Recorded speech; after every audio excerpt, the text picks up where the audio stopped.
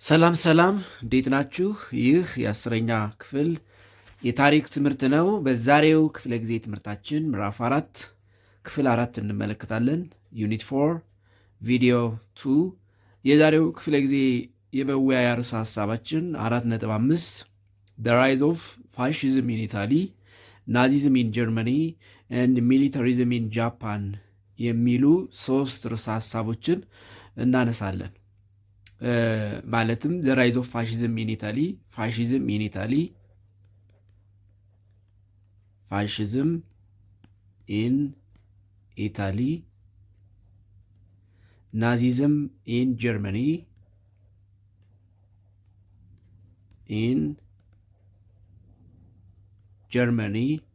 and militarism in Japan, militarism in ጃፓን የሚሉ ሶስት ርዕሰ ሀሳቦችን እንማማራለን። ወይም በእነዚህ ሶስት ርዕሰ ሀሳቦች ነው ውይይታችን የሚሆነው ማለት ነው። በባለፈው በክፍል 3 the League of Nations and the Worldwide Economic Crisis የሚለውን ሀሳብ አንስተን ተወያይተን ነበረ። እንደው ትንሽ ለማስታወስ ያክል እንግዲህ የአንደኛ የዓለም ጦርነት ካበቃ በኋላ ዳግም ወደ ሁለተኛ የዓለም ጦርነት ዓለም እንዳይገባ የሚሰራ ዓለም አቀፍ ተቋም በዊድሮ ዊልሰን በወቅቱ የአሜሪካ ፕሬዚዳንት ሀሳብ አመንጭነት ሌግ ኦፍ ኔሽን የሚባል ፈርስት ኢንተር ገቨርንመንታል ወይም ኢንተርናሽናል ኦርጋናይዜሽን ተቋቁሞ እንደነበረ፣ የራሱ መዋቅር እንደነበረው፣ ሄድኳርተሩ ጄኔቫ ስዊዘርላንድ ይገኝ እንደነበረ፣ ነገር ግን እንደተቋቋመበት ዓላማ ወይም ሚሽን ጠንካራ ተቋም ሆኖ ስላልተገኘ በ1946 አፍተር ዘ ኤንድ ኦፍ ወርልድ ዋር ሰከንድ በዩናይትድ ኔሽን እንደተተካ ወይም ደግሞ ሌግ ኦፍ ኔሽን የሚለው ስያሜ ዩናይትድ ኔሽን ተብሎ እንደገና ተሰይሞ እንደተቋቋመ አይተናል። ሌላው የአንደኛ ዓለም ጦርነትን ተከትሎ ዓለም ያጋጠመው ችግር ምንድን ነበረ? ይሄ ግሬት ዲፕሬሽን ወይም ደግሞ ወርልድ ዋይድ ኢኮኖሚክ ክራይሲስ የምንለው እንደነበር አንስተን እሱ ያስከተላቸውን ውጤቶች፣ ምክንያቶቹን አንስተን ተወያይተናል። በዛሬው ክፍለ ጊዜ እነዚህን ሶስት ርዕሰ ሀሳቦች ማዕከል ያደረገ ውይይት ይኖረናል። the rise of fascism in Italy, the rise of Nazism in Germany and the rise of militarism movement in Japan የሚሉ ሶስት ርዕሰ ሀሳቦችን እናያለን። ፋሺዝም እና ናዚዝም በአይዲዮሎጂ በጽንሰ ሀሳብ ስለሚመሳሰሉ አብዛኛውን ነገራቸውን በአንድ ላይ እናያለን ማለት ነው። ሚሊታሪዝም ኢን ጃፓን የሚለውን በተለየ ርዕስ ወይም ደግሞ ለብቻው እንመለከታለን። ፋሺዝም ኤንድ ናዚዝም ፋሺዝም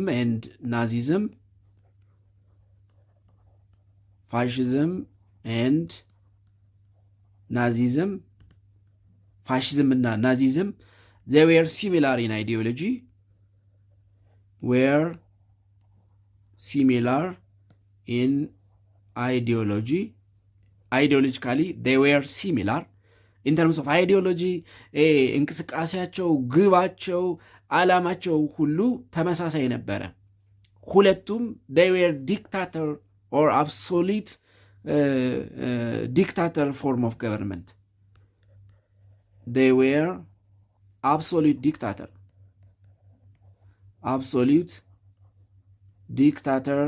form of government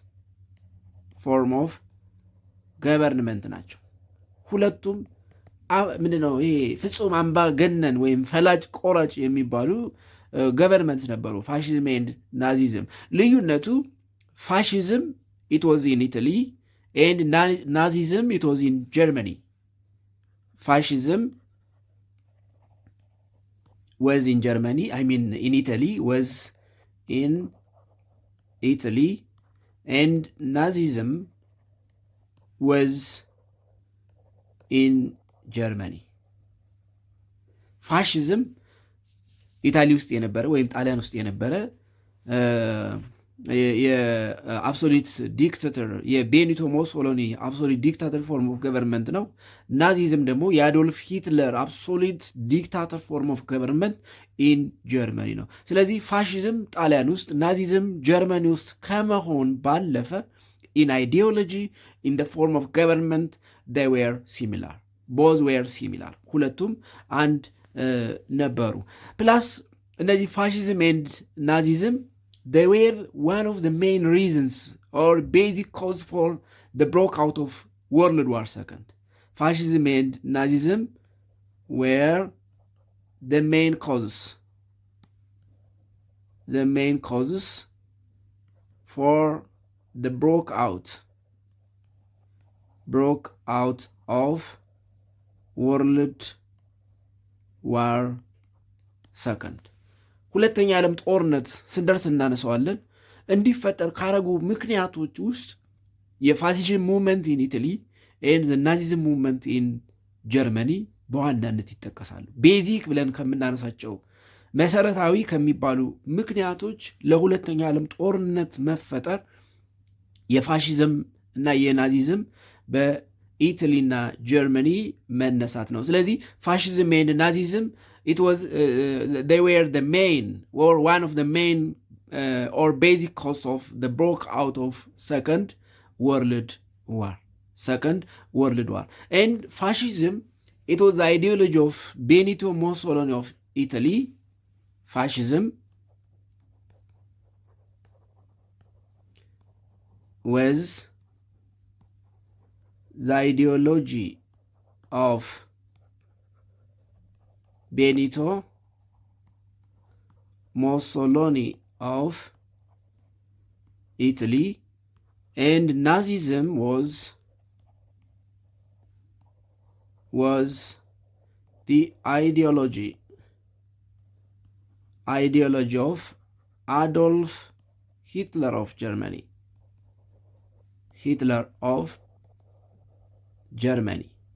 ፋሽዝም የጣሊያናዊው መሪ የቤኒቶ ሞሶሎኒ አይዲዮሎጂ ወይም ጽንሰ ሐሳብ ሲሆን ናዚዝም የአዶልፍ ሂትለር አይዲዮሎጂ ነበረ። ስለዚህ the ideology of fascism was belong to Benito Mussolini of Italy, and the ideology of Nazism was belong to the ideology of Adolf Hitler of Germany. And Benito Mussolini, under this fascist party, established a fascist state in Italy in 1922. Benito Mussolini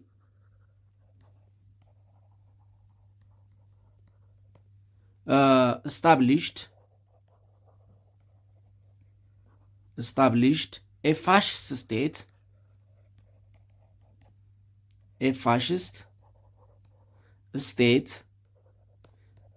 in Italy in 1922. በ1922 ቤኒቶ ሞሶሎኒ በጣሊያን የፋሽስት መንግስት መሰረተ ወይም ደግሞ አቋቋመ። And Nazism, it was the ideology of Adolf Hitler of Germany, as I said, and Nazi was a term associated with the members of the National Socialist German Workers' Party of Adolf Hitler. Nazi or Nazism was a term associated with the National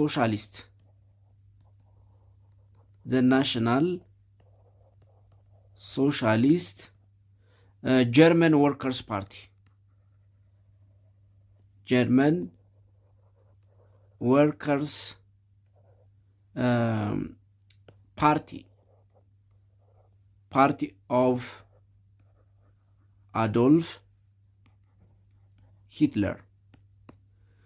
ናዚ የሚለው ተርም ከአዶልፍ ሂትለር ናሽናል ሶሻሊስት ጀርመን ወርከርስ ፓርቲ ጋር የሚገናኝ ነው። ስለዚህ ናዚዝም ወይም ናዚ የሚለው የአዶልፍ ሂትለርን፣ ስለዚህ ናዚ የሚለው ተርም ከናሽናል ሶሻሊስት ጀርመን ወርከር ፓርቲ ኦፍ አዶልፍ ሂትለር ጋር የሚገናኝ ነው። ስለዚህ ናዚዝም it was the ideology of the National Socialist German Workers' Party of Adolf Hitler. Nazism was the ideology of the National Socialist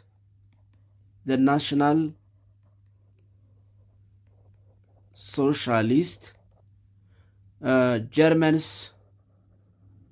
ወይም ጀርመን ወርከርስ party of Adolf Hitler in Germany. የአዶልፍ ሂትለር ናሽናል ሶሻሊስት ጀርመንስ ወርከር ፓርቲ ጽንሰ ሀሳብ ወይም ደግሞ አይዲዮሎጂ ነበረ ማለት ነው። ኤንድ ናዚ ዛት ሚንስ the National Socialist German Workers Party of Adolf Hitler came into power in Germany in 1933. Nazi came into power in Germany in 1933 በጀርመን ስልጣን የያዘው ይሄ ፓርቲ ወይም ይሄ በአህጽሮተ ቃል ወይም በአጭሩ ናዚ ወይም ደግሞ ናሽናል ሶሻሊስት ጀርመን ወርከርስ ፓርቲ የሚባለው በጀርመን ስልጣን የያዘው ባይ አዶልፍ ሂትለር ኢን 1933 ነው። ኢን 1933 ነው። ስለዚህ ቤኒቶ ሞሶሎኒ የፋሽስት ስቴትን ጣሊያን ውስጥ አፍተር ዘ ኤንድ ኦፍ ወርልድ ዋር ፈርስት በ1922 የናዚ ፓርቲ ኦፍ አዶልፍ ሂትለር ደግሞ በ1933 ጀርመን ውስጥ ስልጣን ያዙ ማለት ነው። ግን ምክንያታቸው ምንድን ነበረ? ዋይ ፋሽዝም ኤንድ ናዚዝም ራይዝ ኢን ኢታሊ ኤንድ ጀርመኒ ሪስፔክቲቭሊ እንዲነሱ እንዲህ አይነት አይዲዮሎጂ ተመሳሳይ አይዲዮሎጂ ያላቸው ፍጹም አምባገነን መንግስታት በጣሊያንና በጀርመን እንዲፈጠሩ ያደረገው ምክንያት ምን ነበረ? ዋይ ፋሽዝም and Nazism rises in Italy and Germany respectively. ምንድን ነው እንዲነሱ ያደረጋቸው? What was the cause for the rise of fascism in Italy and for the rise of Nazism in Germany? ምንድን ነበር ምክንያቱ ስንል እንግዲህ ምክንያቱ አንድም በሌላ መንገድ ከአንደኛ የዓለም ጦርነት ጋር ይያያዛል። The rise of fascism and Nazism was directly or indirectly related with World War First and its result. The rise of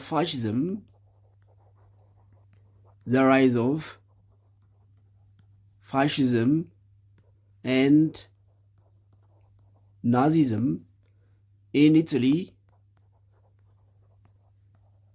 and Germany was directly or indirectly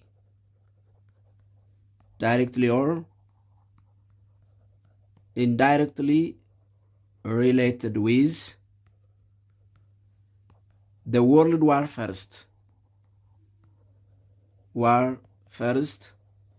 and its result. ከአንደኛ የዓለም ጦርነትና ውጤቱ ጋር የሚገናኝ ነው። የፋሽዝም መነሳት በጣሊያን፣ የናዚዝም መነሳት በጀርመን በቀጥታም በተዘዋዋሪም ምክንያቱ ከአንደኛው የዓለም ጦርነትና ውጤቱ ጋር የሚገናኝ ነው። እንደምታስታውሱት የአንደኛ የዓለም ጦርነት በሁለት ቡድኖች መካከል የተደረገ ጦርነት ነው። ታስታውሳላችሁ። ወርልድ ዋር ፈርስት was in between two groups. World War First was in between two groups. በሁለት ቡድኖች መካከል ነበር። እነዚህ ምንድን ነበሩ ታስታውሳላችኋል? ትሪፕል አሊያንስ ወይም በኋላ ሴንትራል ፓወር፣ ትሪፕል አሊያንስ ወይም በኋላ ሴንትራል ፓወር እና ትሪፕል ኢንተንት በኋላ አላይድ ፓወርስ ተብለው የተሰየሙ ሁለት ቡድኖች መካከል የተደረገ ጦርነት ነው። እንደምታስታውሱት ማለት ነው። እንግዲህ በትሪፕል አላያንስ ወይም ሴንትራል ፓወር ስር የነበሩ ሀገራት ጀርመኒ፣ ኢታሊ ኤንድ አውስትሮ ሃንጋሪ ነበሩ። ኤንድ በትሪፕል ኢንተንት ወይም በኋላ አላይድ ፓወር በተባሉት ደግሞ ብሪቴን፣ ሰርቢያ፣ ፍራንስ ራሽያ ኤንድ ጃፓን ነበሩ።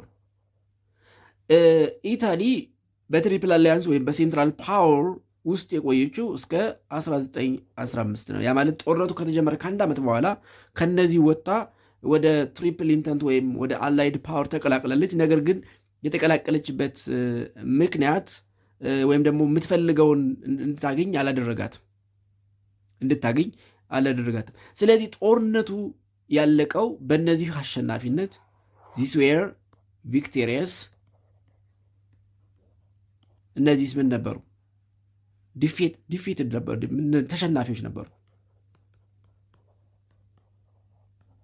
ተሸናፊዎች ነበሩ። ስለዚህ ከዚህ የምንረዳው ምንድን ነው? ኢን ደ ፈርስት ወርልድ ዋር ኢታሊ ኤንድ ጀርመኒ ዌር ኢን ደ ሴም ግሩፕ። ኢታሊ ኤንድ ጀርመኒ በአንድ ግሩፕ ውስጥ ነበሩ። ዳት ኢዝ ኢን ትሪፕል አሊያንስ ወይም ሴንትራል ፓወር ውስጥ ነበሩ። ነገር ግን ዘይ ዌር ዘ ሉዘርስ ኦፍ ደ ዋር ኖት ቪክቶሪየስ። አሸናፊዎች አልነበሩም፣ ተሸናፊዎች ነበሩ። ስለዚህ ኢን ፈርስት ወርልድ ዋር ኢታሊ ኤንድ ጀርመኒ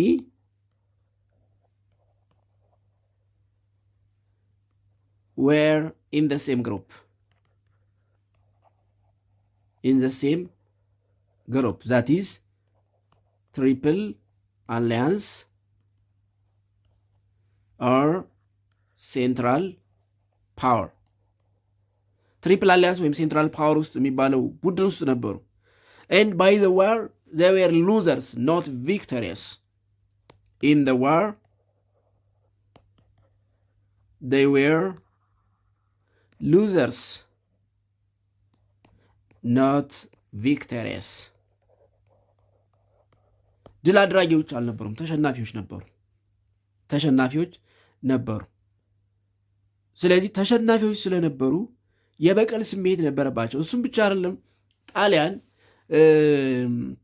ከትሪፕል አሊያንስ ወይም ከሴንትራል ፓወር በ1915 ወጣ ወደ አላይድ ፓወር ወይም ደግሞ ወደ ትሪፕል ኢንተንት ወይም ወደ አላይድ ፓወር ስትሄድ ምኞት ነበራት፣ ሆፕ ነበራት። when Italy had joined the first world war when Italy had joined World War first, it has hopes and ambitions of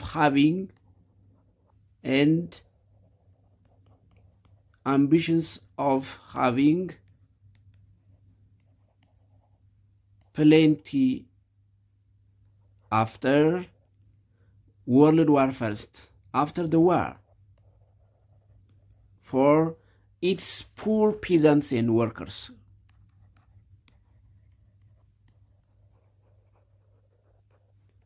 ፔዛንትስ ኤንድ ወርከርስ ብዙ ነገር እንደምታገኝ፣ በተለይ ለድሃ አርሶ አደሮቿና ሰራተኞቿ የተሻለ ነገር እንደምታገኝ አስባ ነበር የገባቸው።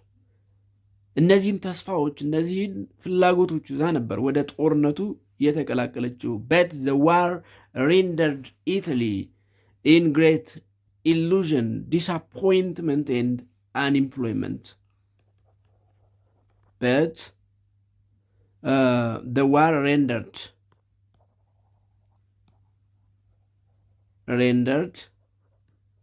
Italy in great illusion,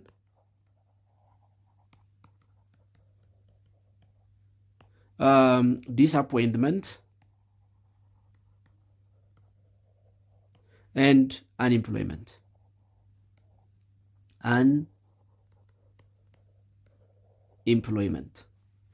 ነገር ግን የፈለገችውን አላገኘችም።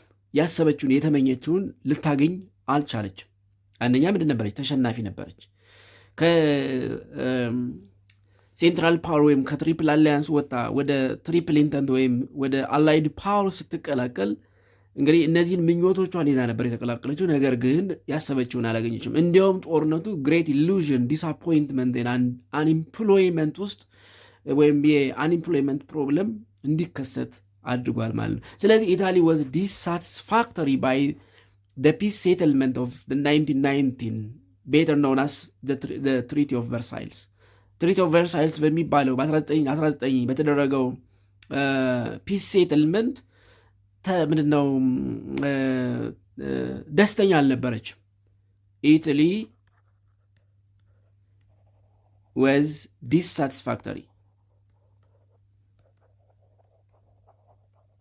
dissatisfactory by the peace settlement of 1919, better known as the Treaty of Versailles. The Treaty of Versailles. Treaty of Versailles በሚባለው የ1919 ቤተር ምንድነው ፒስ ሴትልመንት ደስተኛ አልነበረችም። ዲሳቲስፋክተሪ ነበረች። የምትፈልገውን ነገር አላገኘችም። ስለዚህ በዚህ ምክንያት እንግዲህ የበቀል ስሜት ያደረባቸው የጣሊያን ወጣቶች እንደ ቤኒቶ ሞሶሎኒ አይነት የጣሊያን ወጣቶች የፋሽስት ፓርቲን ወይም የፋሽስት ስርዓትን አብሶሉት ዲክታተር ፎርም ኦፍ ገቨርንመንት በጣሊያን ውስጥ አቋቋሙ ማለት ነው። ወደ ጀርመን ስንመጣ ኢንኬዝ ኦፍ ጀርመኒ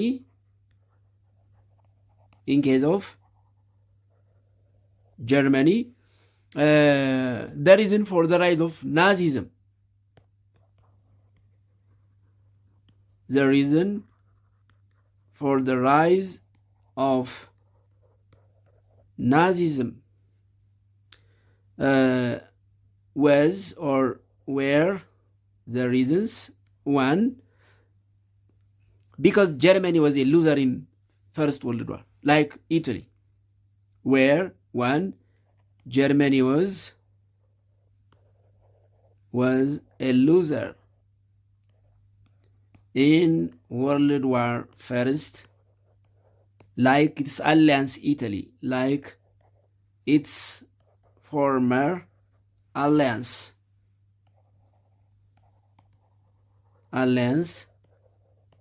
Italy. ስለዚህ አንደኛው ምክንያት ጀርመኒ በጦርነቱ ተሸናፊ መሆኗ፣ ሉዘር መሆኗ፣ በጦርነቱ ያገኘችው ነገር የለም፣ አጠፋት። የጀርመን ከተማ በርሊን እና ሌሎችም ከተሞች ፍርስራሻቸው ወጣ እንጂ ጀርመን ያገኘችው ነገር አለመኖሩ የፋሽስት ምንድነው የናዚዝም በጀርመን መነሳት ወይም ራይዝ ማድረግ አንደኛው ምክንያት ነበረ። ሁለተኛው ባይ ዘ ትሪቲ ኦፍ ቨርሳይልስ በ1919 ያደረጉት የፒስ ሴትልመንት ትሪቲ የፈረንሳይንና የጀርመንን የቀደመ ባላንጣነት አስቀጠለው እንጂ ምንም ያመጣው ለውጥ አልነበረም።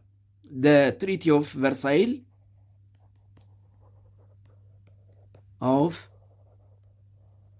ቨርሳይልስ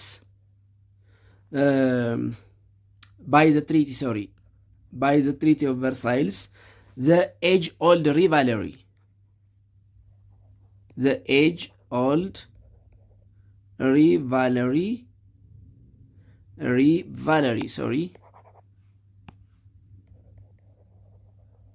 rivalry between Germany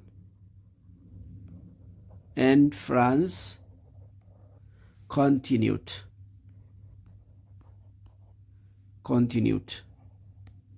ጀርመንና ፈረንሳይ የነበራቸው የቆየ ባላንጣነት ቀጠለ።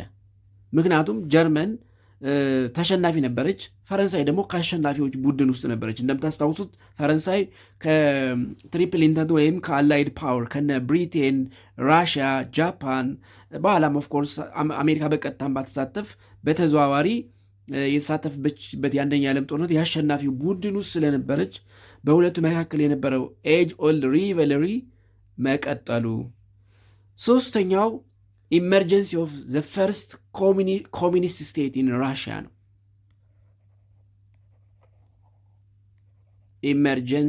ኢመርጀንሲ ኦፍ ዘ ፈርስት ኮሚኒስት ስቴት ኢን ራሽያ የመጀመሪያ ኮሚኒስት ስቴት መምጣቱ እንዲሁም ኢኮኖሚክ ዲፕሬሽን ኦፍ ዘ 1930s ለናዚዝም በጀርመን መነሳት ወይም ደግሞ ማንሰራራት ትልቅ ምክንያቶች ነበሩ። አራተኛው ኢኮኖሚክ ዲፕሬሽን ኢኮኖሚክ ዲፕሬሽን ኦፍ 1930s ከዚህ ቀደም ያየ ነው።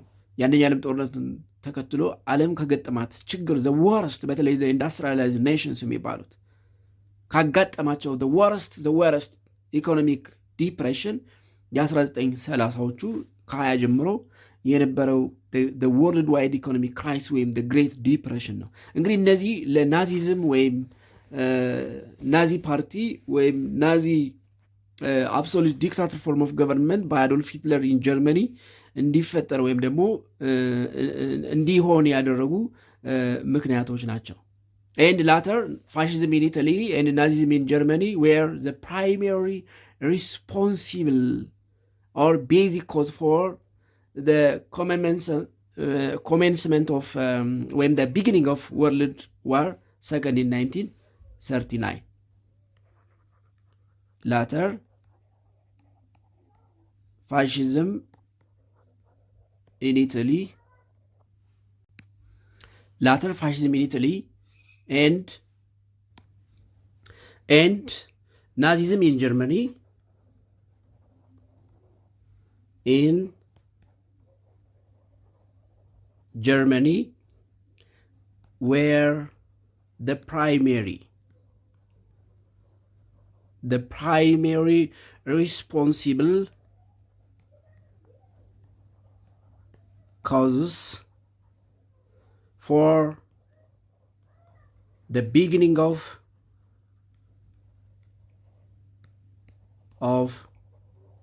World War II ስንደርስ እናነሳዋለን። የፋሽዝም በጣሊያን መነሳትና የናዚዝም በጀርመኒ መነሳት ለሁለተኛ የዓለም ጦርነት መጀመር ፕራይሜሪ ወይም ቤዚክ ካውዝስ ከሚባሉት ውስጥ የሚጠቀስ ነው። ወይም ደግሞ ኃላፊነቱን የሚወስደው በኋላ ደግመን ስለምናየው የሁለተኛ ዓለም ጦርነት ቤዚክ ኮዝ የሚለው ላይ ስንደርስ እናነሳዋለን። ስለዚህ የፋሽዝም መነሳት በጣሊያንና the rise of Nazism in Germany were the primary or the basic responsible cause for the beginning of World War II in 1939 በ1939 የሁለተኛ ዓለም ጦርነት እንዲጀመር ገፊ ምክንያቶች ከነበሩ በዋናነት የሚጠቀሱት የፋሽዝም መነሳት በጣሊያንና የናዚዝም መነሳት በጀርመን ናቸው። ስለዚህ አዶልፍ ሂትለር ኦፍ ናዚ ጀርመኒ and ቤኒቶ ሞሶሊኒ ኦፍ ፋሽስት ኢታሊ were the two most prominent dictators after World War I ከአንደኛ ዓለም ጦርነት በኋላ በዓለም ላይ ከተነሱ ዲክታተርስ አምባገነን ቱ ሞስት ፕሮሚነንት የሚባሉት እነሱ ናቸው። አዶልፍ ሂትለር ኦፍ ናዚ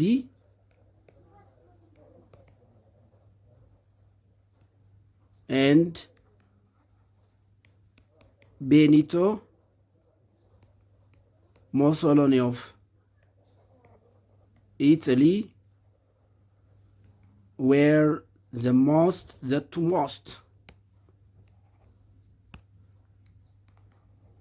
two most prominent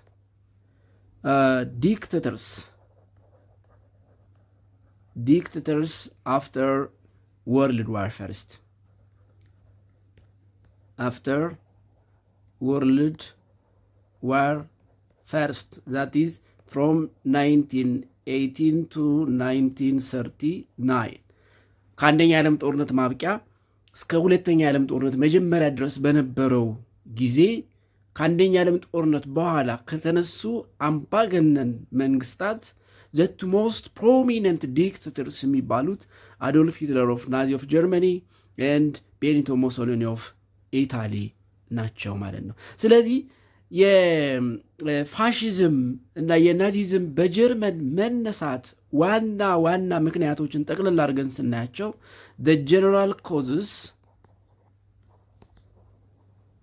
the general causes for the rise of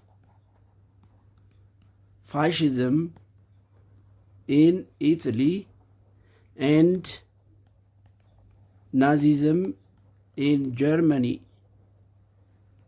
were 1. World War I and its result. The First World War and its results. የአንደኛ ዓለም ጦርነትና ውጤቱ ሊደርሺፕ ፕሮብለምስ በወቅቱ የነበሩ የአስተዳደር ድክመቶች ኢኮኖሚክ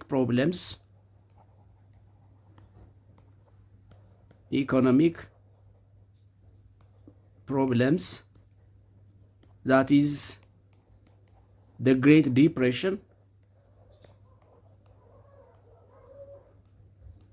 Great Depression and weak government ናቸው።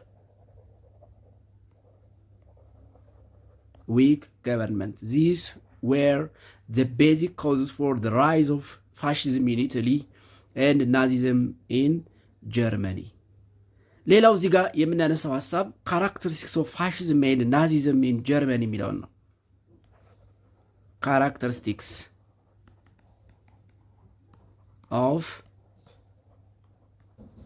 ፋሽዝም ኤንድ ናዚዝም in Germany. Fascism in Italy, Fascism in Italy and Nazism in Germany. መገለጫቸው ምን ነበር? ካራክተራቸው የሚያሳዩት ባህሪ አንደኛው ቢልዲንግ ስትሮንግ ሚሊተሪ ነው። ቢልዲንግ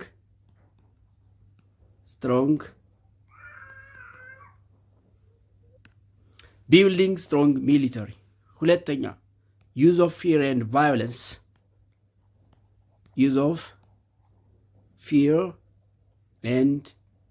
ቫዮለንስ ግጭት፣ ፍራቻን መፍጠር። ይህ ሀያልነታቸውን፣ ጠንካራነታቸውን፣ አምባገነንነታቸውን ለማሳየት ይጠቀሙት የነበረ መገለጫቸው ነው። ኤክስትሪም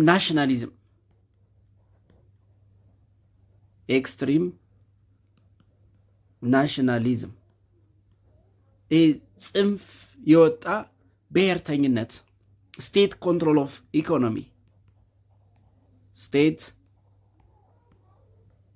ኮንትሮል ኦፍ ኢኮኖሚ ኢኮኖሚውን በሙሉ መንግስት ነበር የሚቆጣጠረው። ሴክሬት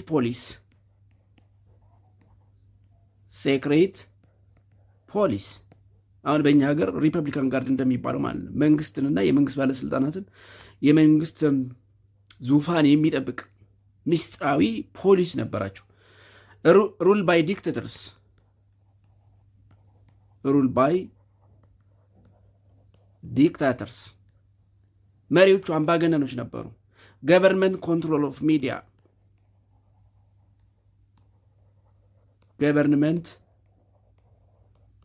ኦፍ ሚዲያ ፍሪ ፕሬስ የሚባል ነገር አልነበረም።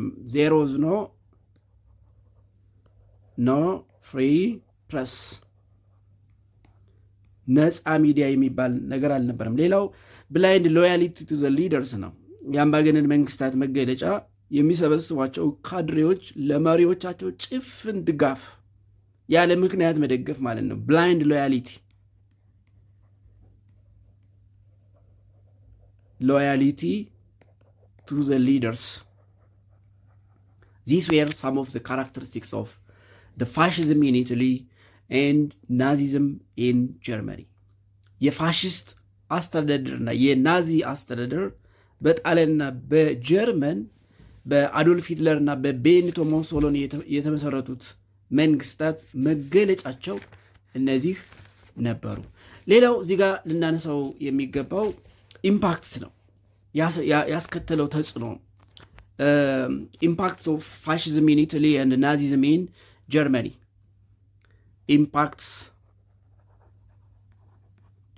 impacts of fascism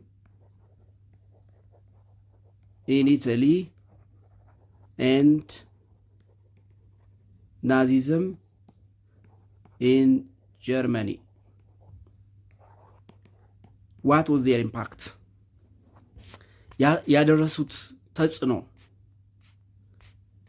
ያደረሱት ተጽዕኖ ምን ነበር የሚለውን እንመለከታለን። እንግዲህ አንዳንዶቹን ስንመለከት ኢምፓክትስ ኦፍ ፋሽዝም ኢን ኢታሊ ኤንድ ናዚዝም ኢን ጀርመኒ፣ አንደኛ ራይዝ ኦፍ ቶታሊታሪያን፣ ይሄ ጠቅላይነት፣ ራይዝ ኦፍ ቶታሊታሪያኒዝም፣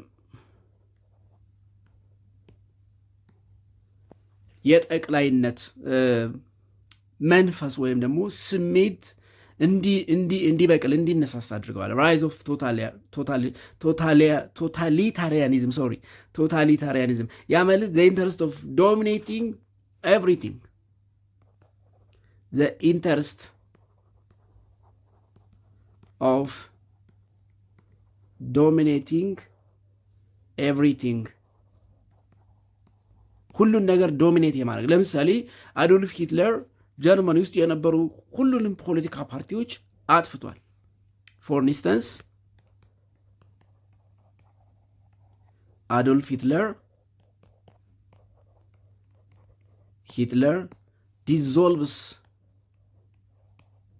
dissolved all political parties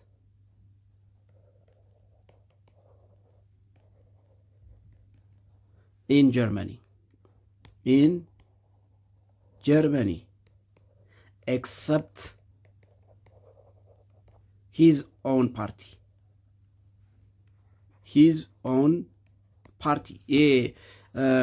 the ናሽናሊስት ሶሻሊስት ጀርመንስ ወርከር ፓርቲ ከሚባለው ውጪ በጀርመን ውስጥ ምንም የፖለቲካ ፓርቲ እንዳይኖር አድርጓል። almost all works of Italy and Germany's life were dominated or controlled by the state. Almost all works of Italy's and Germany's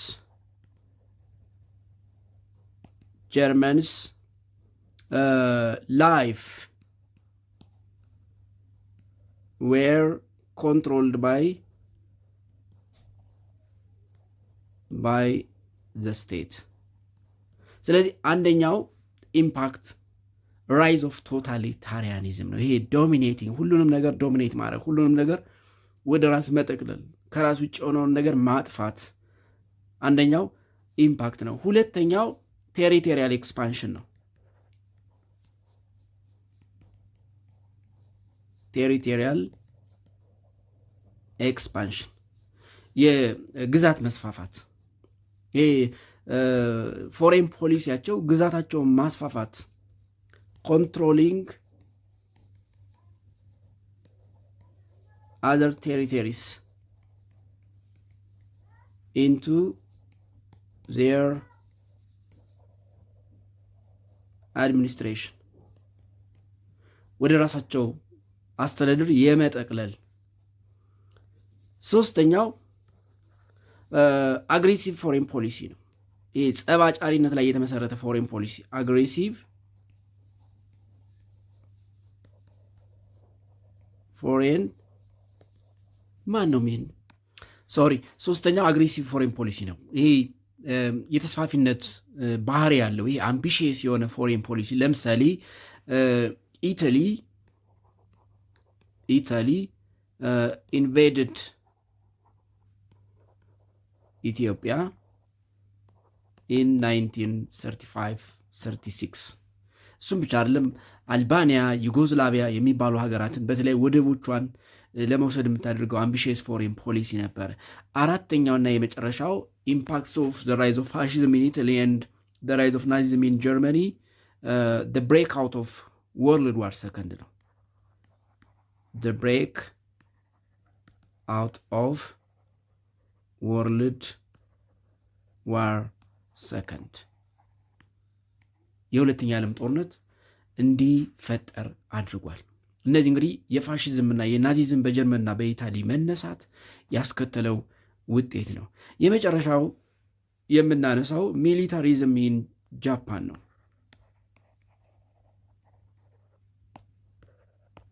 ኢን ጃፓን the other historical event recorded in world history in between the two wars, the First World War and the Second World War, that's from 1918 to 1939 ከ1918 እስከ 1939 ወይም ደግሞ እስከ ሁለተኛ ዓለም ጦርነት ፍጻሜ እስከ 1945 በዓለም ላይ ከተከናወኑ ታሪካዊ ሁነቶች የጃፓን ሚሊታሪዝም movement ነው። ሚሊታሪዝም in Japan, it was started during the late Meiji dynasty and continued up to 1945.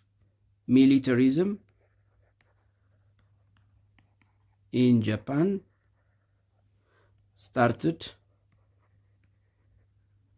during the late Meiji dynasty